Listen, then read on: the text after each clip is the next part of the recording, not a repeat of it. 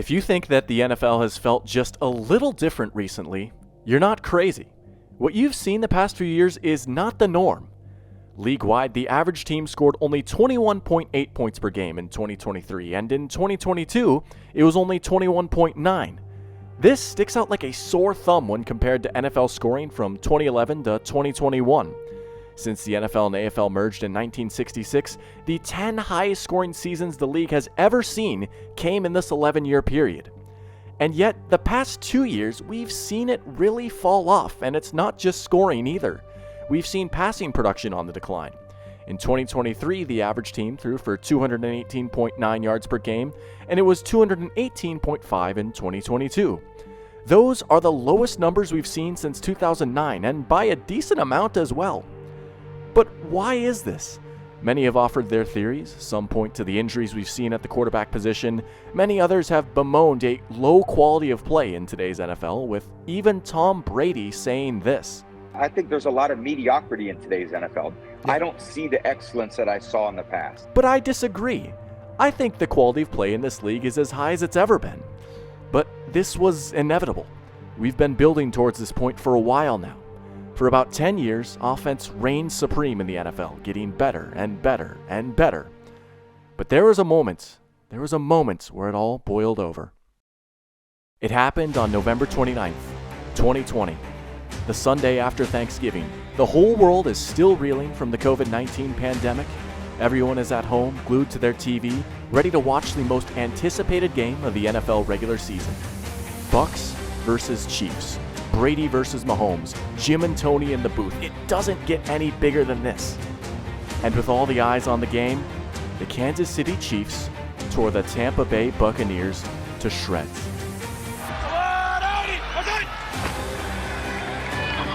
Little sling to Hill. For second and 9. That one-on-one coverage. What a catch by Hill. Mahomes has not thrown a pass to Kelsey yet, but Kelsey threw one to him, which fell incomplete. And now you want a deep ball. Here it is. Hill for the touchdown. It's the best single-season touchdown-interception ratio ever. And he's on that 1,000-yard pace. Here you got a second and 10. Waits for that to open up in 3rd and 8. It's like 3rd and 1 for this team. Down the field, who else? Hill at the 10, cut back, touchdown. Touchdown and a leap.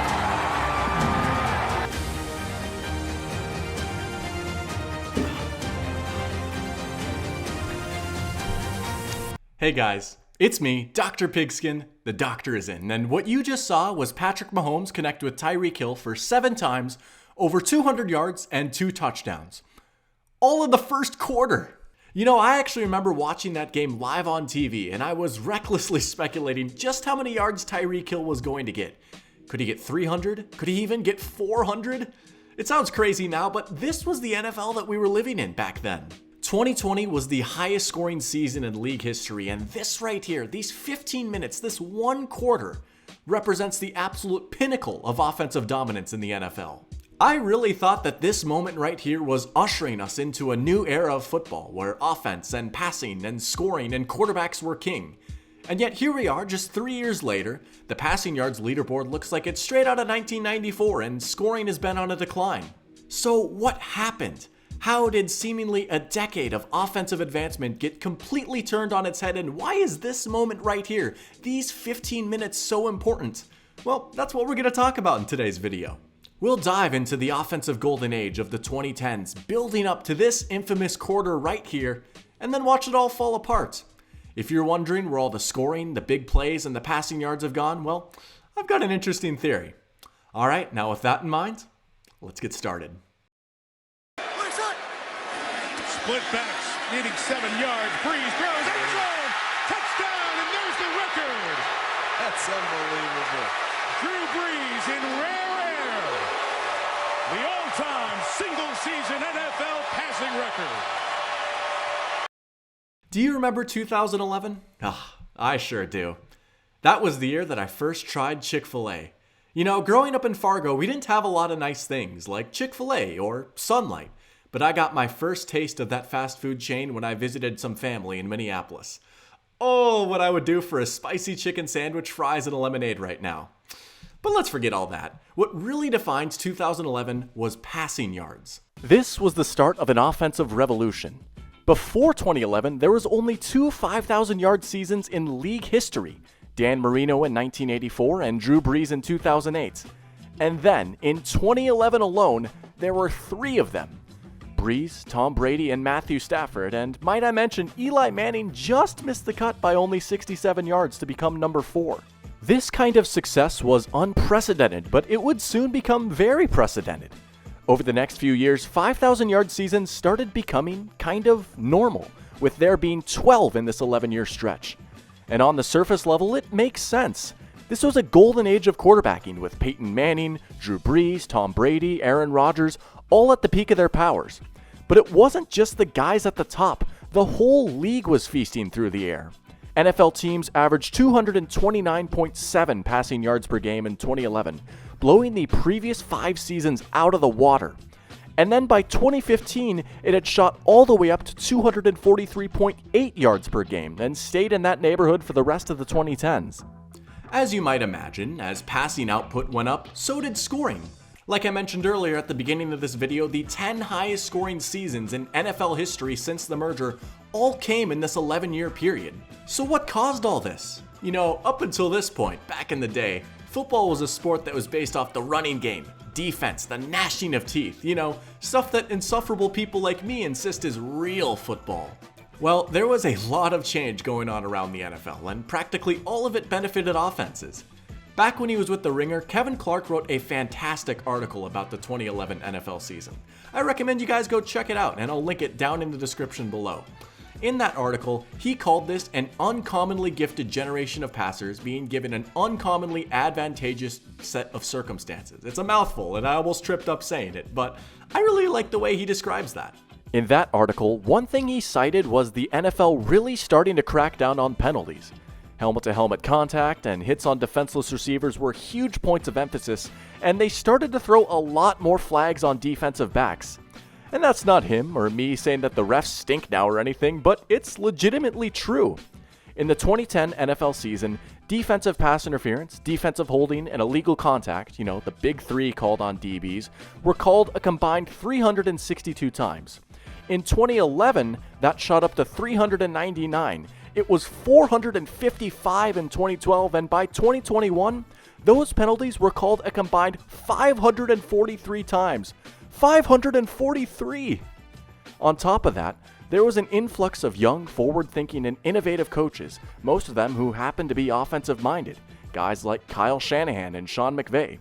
Technology advanced. Things like those sideline tablets, the things that we take for granted now, were huge innovations back then.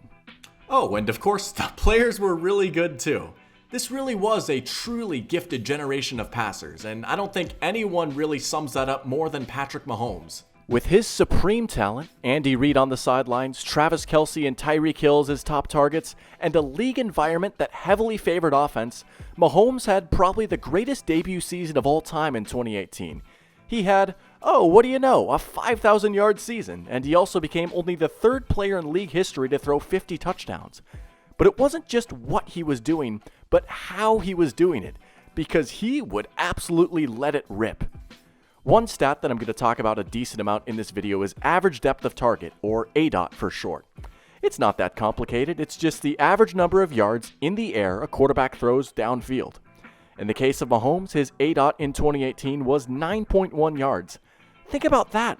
The average Patrick Mahomes pass, regardless of whether it was complete, incomplete, intercepted, or whatever, was going a little over 9 yards in the air. That's pretty darn high, even in the high-flying league environment of 2018. Of the 17,671 pass attempts in the entire 2018 NFL season, the average depth of target was about 8.1 yards. Mahomes' ADOT was high, but he wasn't the only one pushing the ball downfield. He was one of 7 quarterbacks with at least 200 attempts that had an ADOT of 9 yards or more. Patrick Mahomes had become the perfect representation of what the NFL had become. He was an uncommonly gifted passer, taking advantage of uncommonly advantageous circumstances. Offenses had the upper hand over defenses, and they knew it. You know, it wasn't even that long ago that throwing it deep down the field was seen as kind of risky and kind of a last resort for maybe 3rd and long or a 2-minute drill. But now it was being used as a high-volume weapon. You see, in this period of offensive dominance, defenses weren't just getting beat. They were getting beat badly, embarrassed downfield. And there's no better moment that really sums that up than that first quarter in 2020, the Bucs versus the Chiefs. This is the middle of the 2020 NFL season, the highest scoring season in league history. This is the Kansas City Chiefs at the peak of their powers, the defending Super Bowl champs, built off the big play. And this is Patrick freaking Mahomes, the most uncommonly gifted passer with the most uncommonly advantageous circumstances. And this right here, these 15 minutes, this one quarter, is the pinnacle of it all. This is them at their very best. This is a culmination of 11 years of offense punching defense's teeth in. Well, enjoy this, because after this, defense finally starts to punch back. You press 10, it's a touchdown. Simple. You gotta have a safety over the top, you know what I'm saying? It was week 12 that provided defensive coordinator Todd Bowles with his Super Bowl blueprint.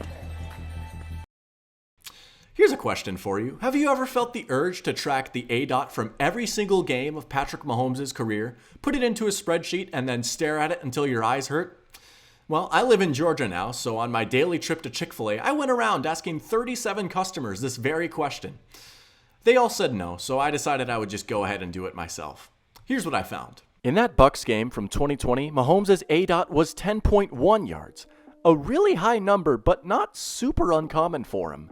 Up to this point in his career, Mahomes had 46 starts under his belt, and in those 46 games, he had an ADOT of 10 or more yards 12 times. This is the Patrick Mahomes we all know and love, right? Well, Mahomes has started 65 games since that Bucs matchup, basically an entire season's worth of extra games. How many times do you think he's had an ADOT of 10 yards or more? How about just twice? And it's not like he's just missing out on that magical 10-yard mark either. I just did that for dramatic effect. Another way to illustrate it is this. Across that entire first stretch of 46 games, his ADOT overall was about 8.5 yards, and in the 65 games since, it's all the way down to 7.1 yards. So how did this happen?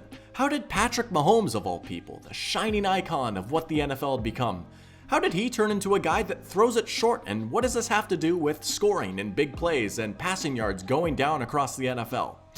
Well, before we answer that second question, we first got to figure out what happened to Mahomes, and trust me, it all connects. Thankfully, we don't have to look very far, because as luck would have it, the next time that the Bucs and Chiefs would play would be that same season. They'd go on to meet in the Super Bowl. But this time around, the results were very, very different. Bucs 31, Chiefs 9. This was the first time the Patrick Mahomes Chiefs failed to score a touchdown in a game. We all know that the Bucs defense dominated, but I think there's a misconception as to what they actually did. The popular narrative is that the Bucs pass rush overpowered the wounded Chiefs offensive line, and while that certainly is true, it was a massive factor in this game. There's a little bit more to it. Todd Bowles, who's the Bucs defensive coordinator, is one of the most aggressive defensive play callers out there. He dials up blitz after blitz after blitz, and because of that, usually leaves his corners in one-on-one matchups, oftentimes in man coverage too. But that didn't go so hot when he tried that against the Chiefs the first time around. So, in the biggest game of his life, Todd Bowles went against everything he had ever known. In the Super Bowl, the Bucs blitzed on only 9% of their defensive snaps, which is the lowest rate of any game called by Todd Bowles. Instead of blitzing, he opted to consistently have an extra safety deep down the field to prevent the big play. You know, 2 high safeties, everyone's favorite. In week 12, the Bucs had 2 high safeties on 58% of their defensive snaps, but in the Super Bowl, that went all the way up to 87%. Yeah, the Bucs were able to get a ton of pressure on Mahomes, but it wasn't from blitzing. They just had a sick defensive line. Sure, Mahomes spent most of the game running for his life, but think about how many times we've seen him run around for 10 seconds and then launch the ball 50 yards downfield because Tyreek Hill got loose. But not here, though. Just look downfield. There's nothing.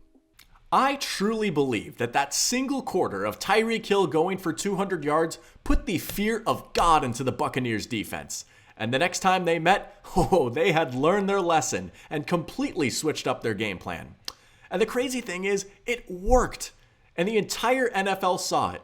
And you know what they say, the NFL is a copycat league. In 2021, Mahomes faced 2 high safeties at the highest rate in the league, and he was also blitzed on only 12.7% of his dropbacks, an astronomically low rate and about 10% lower than his previous season. Inspired by the Bucs, defenses playing against the Chiefs began to sell out and stop the big play. And while not every team reached quite the level of dominance that Tampa did, it was, at least to an extent, working. The Chiefs got off to a 3-4 start in 2021, and even after following that up with a 4-game win streak, their offense was as mortal as it had ever been going into their bye. Through those first 11 games, the Chiefs' offense was scoring only 24.9 points per game, which is far lower than the previous 3 seasons with Mahomes. And believe it or not, he was a big part of the problem. He was struggling against this type of defense. He was so used to hitting the big plays downfield, he didn't have the patience to take the shorter throws. Instead, still trying to force the big play. In this 11-game slump, he threw 11 interceptions after throwing 11 picks the previous 2 seasons combined. He was also 8th in the NFL in EPA per play, posting a .182, which is pretty good, but pales in comparison to his previous 3 seasons. Did Patrick Mahomes just become a bad player overnight? Did defenses figure him out, something that we were all kind of worried about and questioning when he first broke out back in 2018? No, of course not. Even during this stretch, he was still one of the most productive passers in the NFL. But we saw the tide starting to turn a little bit. Teams playing this almost prevent-like defense was much, much better than the alternative, which was Tyreek Hill going for 200 yards and a quarter. Defenses had really started to swing things in their favor, and they were doing it against Patrick Mahomes of all people. And then the next year, defenses sat around and begged the question, why do this against Patrick Mahomes when you can just do it against everyone? I've been a part of defenses that play a lot of man. We, didn't play as much a year ago. But I think, when you're what you don't want to do is become predictable. Here's another question for you. Do you remember where you were the night of September 8th, 2022? I was curious on my daily trip to Chick-fil-A, so I went around to try and ask more people, but I was denied entry due to harassing customers with nonsensical questions. Whatever. That's so lame. I just wanted to tell them where I was. Parked in front of my couch watching the NFL season kickoff, Rams versus Bills. This game, right from the jump, thrust us into a new era of football. The Rams, with a high-flying offense fresh off a Super Bowl win, came out and scored just 10 points in this game. Matthew Stafford had a night to forget, throwing 3 picks and getting sacked 7 times. You might have seen this coming, but the Bills' secret to success in this game was zone coverage, 2 high safeties, and not blitzing. Sound familiar? This was the start of a defensive revolution. What the 2011 season was for offense, the 2022 and 2023 seasons were for defense. As we established earlier, scoring across the NFL started to drop dramatically in 2022, and passing yards were at their lowest mark since 2009. And it wasn't just a fluke, we saw similar offensive output in 2023. Heck, if you look at the 2023 passing yards leaderboard, it pales in comparison to 2011's, and that's with there being an extra game in 2023. And it goes beyond just simple numbers like scoring and passing yards. These explosive plays we got so accustomed to seeing have seemingly gone away. If you recall from earlier, the average depth of target on every single throw from the 2018 season was 8.1 yards. By 2023, however, that has decreased by almost a half a yard, down to 7.7. The volume of deep pass attempts went down too.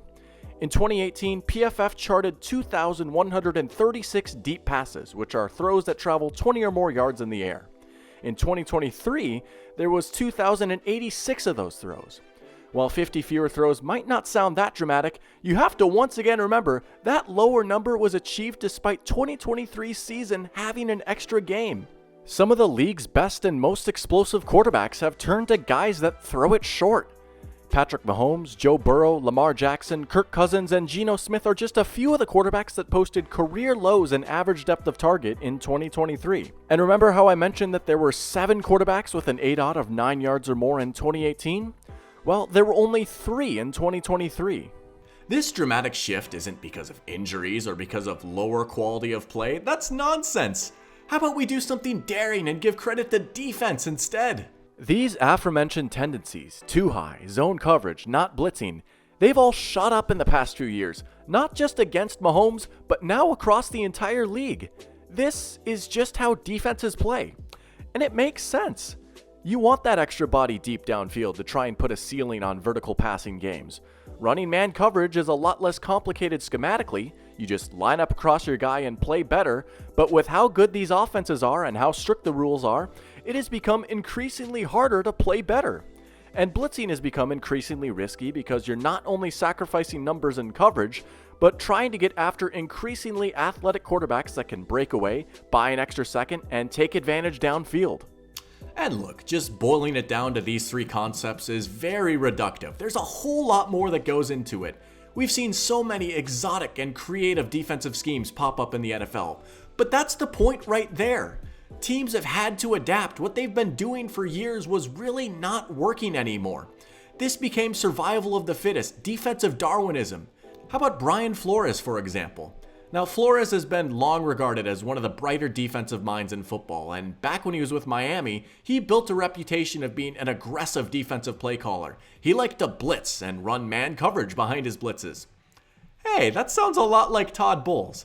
Now, obviously their schemes aren't complete carbon copies, but it's the same idea, right? Well, when he went to the Vikings in 2023, he completely turned that on its head. Sure, Flores still blitzed. A lot, actually. The Vikings' 51.5% blitz rate led the NFL by a comfortable margin. But this time around, when he was blitzing, he had his DBs play zone coverage instead, keeping their eyes on the quarterback instead of having their backs turned. And when he wasn't blitzing, he was only rushing 3, choosing to drop the remaining 8 defenders into coverage, a practice known as drop 8. The Vikings ran this concept more than any other team in the league, and by a laughable margin, too. This was one of the more unique and creative defensive schemes we've ever seen in the NFL, and it was a big reason why the Vikings had such great success despite an inexperienced roster. It's a fascinating mix of being aggressive while also trying to take away big plays. But Brian Flores is far from the only creative defensive mind out in the NFL right now. How about Mike McDonald and his massive success with the Ravens last year? This was the best defense in the league last season, leading the NFL in both points allowed and sacks. And they did that while only blitzing on 21.9% of snaps, 8th lowest in the league. Instead, McDonald leaned a lot on simulated pressures, which is exactly what it sounds like. They'll load up the front of their defense to make it look like they're blitzing, but only rush 4. The trick, though, is that you don't know which 4 players are going to rush. It could just as easily be a defensive back as it could a defensive lineman. Offensive linemen don't know who to block, and the quarterback doesn't know what open spots he'll have to throw to. Because of this, and a ridiculously talented and versatile defensive roster, the Ravens were able to have their cake and eat it too. They could get pressure on the QB without having to sacrifice numbers and coverage, still being able to have those 7 zone defenders on the back end. They got 60 sacks, not because they blitzed or just lined up and overpowered the offensive line, but because they were smarter and more organized than the offense. And don't forget about Vic Fangio and his disciples. Sure, the Fangio coaching tree has had some big misses, but it's undeniable the impact that this scheme has had on the NFL. Beyond just 2 high safeties, this defense's bread and butter is split field coverages, where they split the field in half. One half of the defense will run one type of coverage, and the other half will run a completely different type of coverage. When going up against a scheme like this, quarterbacks not only have to read the defense before the snap, but read it all over again as soon as they drop back to pass. And as you might imagine, with a lot of players playing deep downfield and all the chaos and confusion, it's really hard to hit big plays going up against this. What we've seen is a massive departure from the traditional defensive schemes of old. Modern defense has a lot less to do with just lining up and being better than the guy you're across from, and a lot more to do with following rules and being tricky, passing off assignments. I mean, think about it.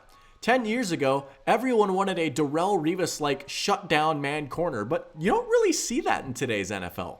Yeah, there's a lot of great corners, but most of them are zone guys. A lot of holdovers from the previous era of defense haven't fared so well recently. Ron Rivera struggled in Washington before getting fired this year. Wink Martindale struggled with the Giants this season and he got fired. And Dan Quinn's Cowboys were pretty good, but they also got lit up by most good offenses that they faced, allowing 42 points against the 49ers, 35 points to the Seahawks, and getting absolutely dunked on by the Packers in the playoffs. Offenses still can and will feast on man coverage, one-on-one matchups and stuff like that, but they just don't get it very often anymore because defenses won't let them. As a result, we've seen a league that likes to run the ball more, throw it shorter, target the middle of the field. Drives take longer, and as a result, scoring has gone down, yards have gone down. Some, like Patrick Mahomes and the Chiefs, have leaned into this. The Chiefs' offense now is dramatically different from what it was in 2018. Mahomes is a pocket assassin, throwing short and intermediate passes with precision. They run the ball. They run a lot of 2, even 3 tight end sets. Mahomes' ADOT going down isn't because they lost Tyreek Hill, it's because they had him in the first place. They want to throw it short now because teams won't let them throw deep. Others, like Russell Wilson, have struggled mightily in this new NFL. Wilson's ADOT was consistently amongst the highest in the league during his prime, and his signature moon ball perfectly captured the type of QB he was. He was a deep passer all the way. But the past few years, he hasn't really had that to go to, and the results have been ugly. You know, it's kind of funny. In hindsight, we probably should have seen this coming. Back in the 2010s, when offenses were dominating, defensive players and coaches weren't just going to throw their hands up and be like, they figured us out. There's no place for us in this game anymore. No, they were in the lab. They were working hard to stop this. And what we've finally seen over the past few years is the fruits of their labor. This shift was inevitable. It's been building for years now, but I truly think that quarter of domination, the Bucs versus the Chiefs, is what really started to turn things around for defense. Todd Bowles, a very successful, might I add, but traditional and old school defensive mind, got humiliated so badly that he completely changed up his game plan, everything he'd ever believed in the Super Bowl. And it worked, and the entire NFL saw it work and then proceeded to take that idea and run with it. It hasn't gotten worse, it's just different. The NFL, just like life, has a funny way of changing in the blink of an eye. 5,000-yard passers are no longer as common, and I'm apparently no longer allowed at Chick-fil-A.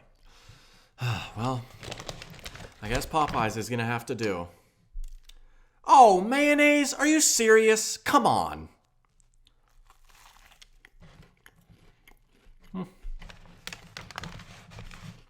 Thank you guys so much for watching this video. I really hope that you enjoyed it.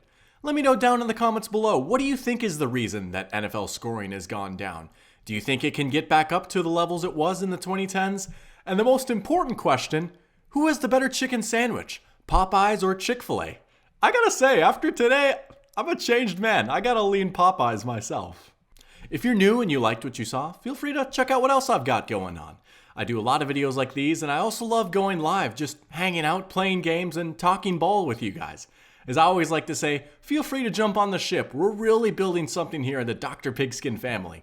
I'll also link down my socials, and I've also got a WordPress where I do a lot of writing, so feel free to check that out too. Alright, well, that's all I've got for today. Until next time, the doctor is out.